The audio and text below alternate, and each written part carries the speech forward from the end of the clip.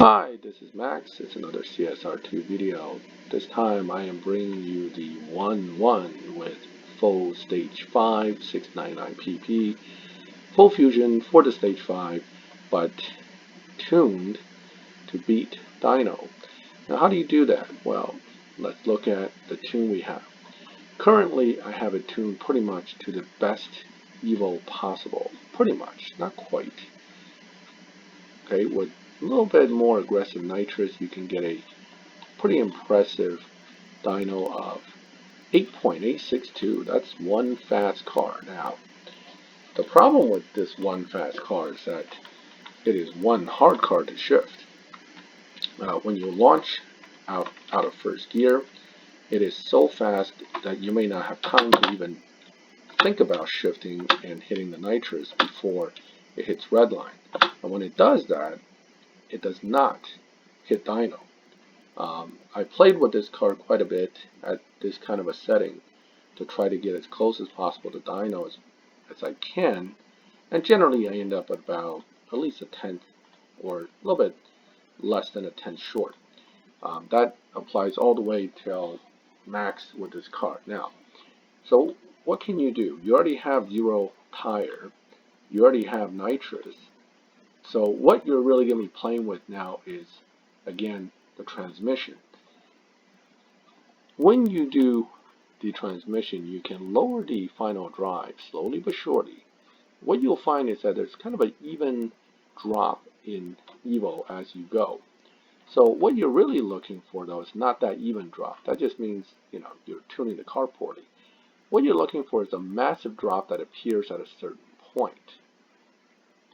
When does that happen? Well, what you do is when you lower it to a certain point, okay, now you've already slowed the car down. It's dynoing 9.31, but 391, but that's what the computer thinks is going to dyno to, and it'll put you in the 9.3 lobby where you'll still be running 9.4s. Where it really kicks in is when you hit this point where there's a massive drop, like that. Now, this drop is important. This is the one that the computer does not pick up as just you tuning badly, but it picks it up as the car actually slowed down because of the extra grip. You are now looking at a 10.272 dyno. However, your car is technically capable of 9.381. But is it? Well, let's find out.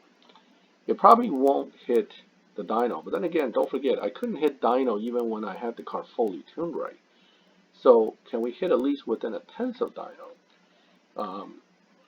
Not the dyno that I have, not the 10.3, but the 9.3.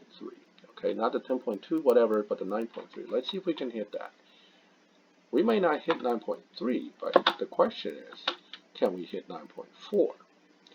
If we're hitting 9.4, we're beating dyno by almost a whopping full second. That is a massively down-tuned setup. Okay, 9.48 on a 10.272 dyno. Well, what does this mean in live? Well, let me show you some here. Let's set it to 9.381 first and go to live. And I'll show you what I'm talking about with just lowering the transmission doesn't always do much. You go to live with your car, and the computer will lobby you accordingly. Okay, so I'm likely to be facing people that are also in the 9.3 to 9.5 range. Let's see what this guy runs. If I'm wrong, my 9.3 would trash him, but if I'm right, he'll be running right close to what I'm running, and may even beat me because my car does not actually beat dyno at 9.3. I'll be running somewhere around a 9.4 to 9.5. So let's give it a shot and see where we're at.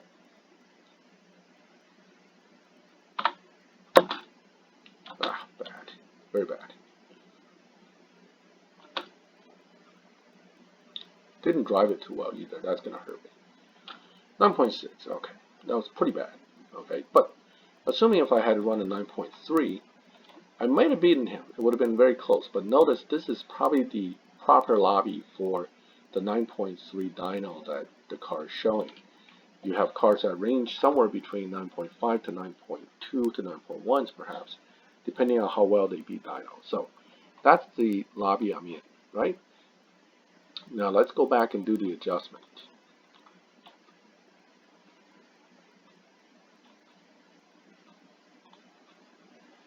So now we're doing the final 2-point adjustment.